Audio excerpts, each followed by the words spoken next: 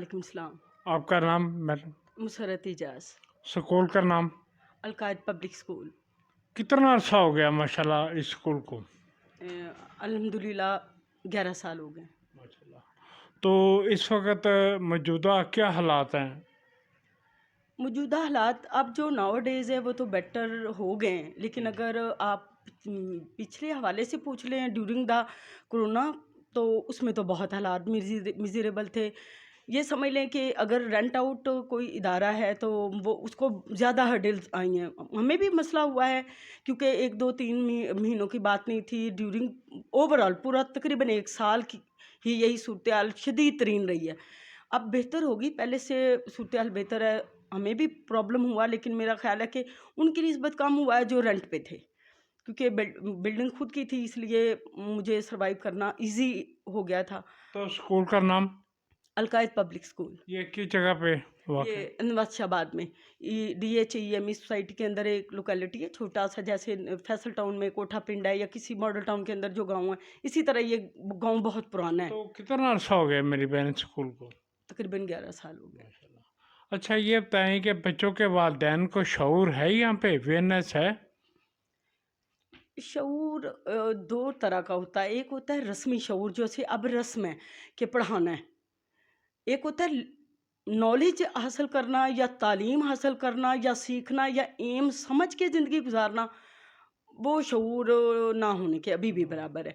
अगर एक क्लास में 20 बच्चे हैं, तो उनमें से आप अगर 20 में से हर पर हेड पूछेंगे कि बेटा आपने बड़े होकर क्या करना है या क्या मकसद है, बच्चों को पता ही नहीं है। इवन 9th-10th की क्लासेस में भी अकेडमी में बच्चे आते हैं अब उस एज में।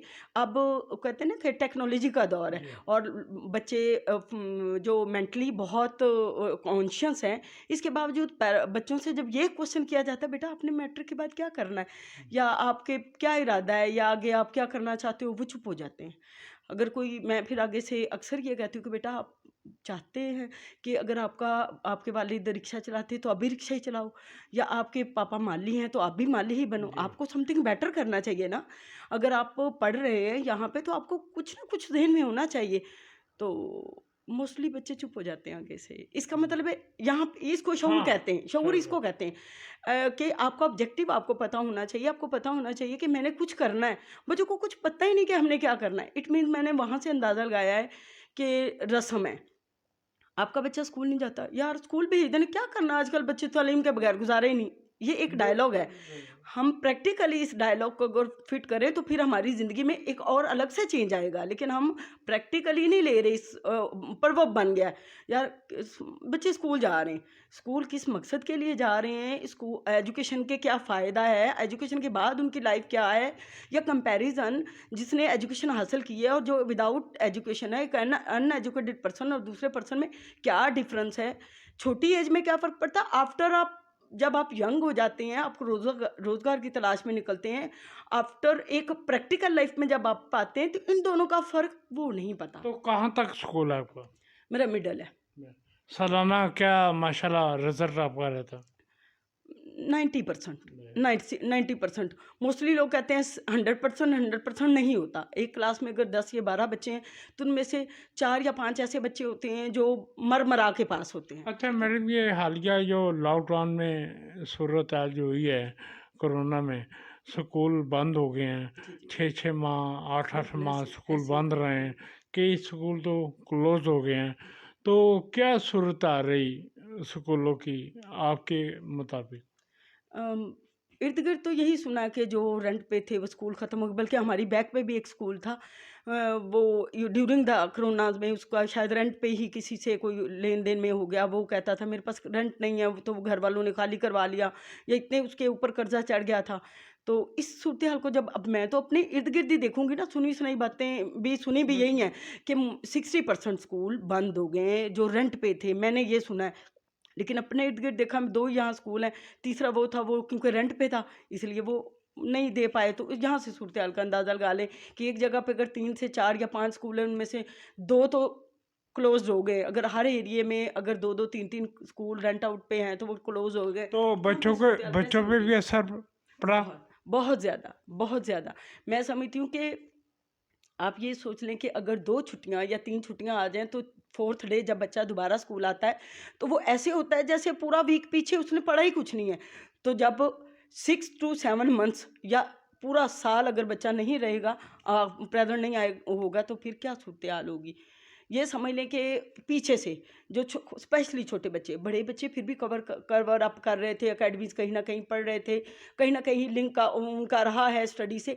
लेकिन छोटे बच्चे, आपको पता है छोटा बच्चा ऐसा है कि जब तक आप उसको होमवर्क नहीं देंगे, वो एकेडमी भी नहीं जाएगा कि नहीं मुझे जाएगा। कौन-सा होमवर्क मिलता है। बिल्कुल जब सही। हो और हो अगर पेरेंट्स एकेडमी भेज भी देते हैं, तो जो एकेडमी वाली हैं, वो भी ऐसे नहीं करेंगी कि अगर ना आया, सुबह स्कूल जाएगा, हमें कंप्लेन आएगी।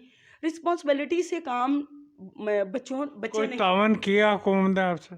बहुत, पेरेंट्स ने बहुत, बहुत। हुकूमत ने? नहीं, गवर्नमेंट तो आपको पता ही है, हमारे यहाँ रिवाज ही नहीं है। हमारे यहाँ रिवाज नहीं है। बच्चों के वालिदैन को कोई पैगाम दें अपने स्कूल की तरफ से? मेरा सिर्फ एक पैगाम है कि बच्चों को रस्मन ना पढ़ाएं कि तालीम हासिल करनी है, ये ना करें। बच्चों को कहें कि बेटा आपको हम तालीम इसलिए हासिल करवा रहे हैं कि आपने हमसे बेटर लाइफ गुजारनी है। सिर्फ रोज़गार के हवाले से नहीं, प्रैक्टिकली चेंज आपके इखलाक में, आपकी सिटिंग में, आपको उठने बैठने में, आपकी बात में, आपकी थिंकिंग, सबसे पहली थिंकिंग चेंज करनी है। अगर आपने टिपिकल वही रहना है जो आप जिस एजुकेशन के बगैर जो इंसान है और जो पढ़ रहा है, इन दोनों में अगर थिंकिंग ही एक फ़र्क होता है। मैंने जो अपनी लाइफ में किया है कि जो थिंकिंग है वो सबसे ज़्यादा इफ़ेक्ट होती है तालीम से। और आप अपने बच्चों को कहो कि बेटा आपने हमसे बेटर, ना आप कहें कि आप डॉक्टर बने, इंजीनियर बने, जज बने, सारी दुनिया यही नहीं बनती। लेकिन आप अपने बच्चे को कहें बेटा हमसे आपने बेटर निकलना है, आपने हमसे अच्छी लाइफ गुजारनी। अब अच्छी में उसको जब आप एक मोटिव दे देंगे, एक ऑब्जेक्ट दे देंगे, तो वो बच्चा बेटर का खुद डिसाइड कर लेगा कि मैंने इनसे बेटर क्या करना है। लेकिन बच्चों को कहा ही नहीं जाते कि आपने हमसे बेटर लाइफ गुजारनी है। देखिए, मैंने बहुत, हमारे जो मैट्रिक के रिजल्ट आते हैं ना स्कूल्स में, इधर लाहौर में मेन में निकल जाए, एक लाइन रॉ में तकरीबन 10 12 स्कूल्स हैं और 82 टू बच्चों, मैंने खुद ऐसे खड़े होके काउंट किया है कि A+ ग्रेड, A+ 1000 से अबव। जब इतने अच्छे बच्चे मैट्रिक में 1000 से अबव, थाउजेंड्स में निकल रहे हैं, 1000 में एक, आप जो टाउन का जस्ट आप चक्कर लगा रहे, 1000 में आपके बच्चे A+ ग्रेड में 1000+ में निकल रहे। फिर अच्छा डॉक्टर नहीं है हमारे पास, अच्छा इंजीनियर नहीं है, अच्छा सियासतदान नहीं है, अच्छा टीचर नहीं है। सबसे पहली बात, अच्छा टीचर नहीं है। उसके अगर ये इतनी क्वालिफिकेशन, तो वो कहाँ चली जाती है यार। FSC में क्या मिल रहा है? कुछ भी नहीं। अच्छा डॉक्टर हमारे पास नहीं है, अच्छा टीचर नहीं है, अच्छा इंजीनियर नहीं है, अच्छी सोच का इंसान नहीं है। फिर ये मार्क्स कहाँ, क्या फ़ायदा इन रट्टे रटाए वो मैट्रिक में मार्क्स का क्या फ़ायदा है। तो थोड़ा सा अपने बच्चों को एमफुल बनाएं। आप FSC में भी, मेरे स्टूडेंट जो अकेडमीज़ में निकलते हैं, मैं 1-2 बच्चों जिनसे क्लोजिंग ज़्यादा फैमिली रिलेशंस की तरह, मैं उनके बच्चों को जब मैट्रिक के बाद मैं लेके जाती, बेटा आपने किसको कॉलेज में जाना है? मैम पता नहीं। पेरेंट्स तो पहले ही कहते कि हमें तो पता ही नहीं है, आपने करना है जो करना है। फिर बेटा आपने आपको लगता है कि आपको FSC करनी चाहिए या खामोश, मैडम पता नहीं, आप बेहतर समझें। अब इसलिए कि बच्चों को पता ही नहीं है कि हमने करना क्या है। अगर मुझे पता है, हाँ, मेरी औलाद को अगर पता है कि मेरे पेरेंट्स कहते हैं कि बेटा आपने एक अच्छा इंसान बनना, आपने डॉक्टर बनना है, आपने इंजीनियर बनना है, मिनी चलो रटी रटाई सोच ही अंदर डाल दो, तो उसको ये तो पता होगा कि मेरा कोई एम है। आप तो रटी रटाई सोच भी नहीं ना उनके अंदर डालें, रस्मन तालीम हासिल ना करें, प्रैक्टिकल तालीम हासिल करें। थैंक यू मैडम, शुक्रिया।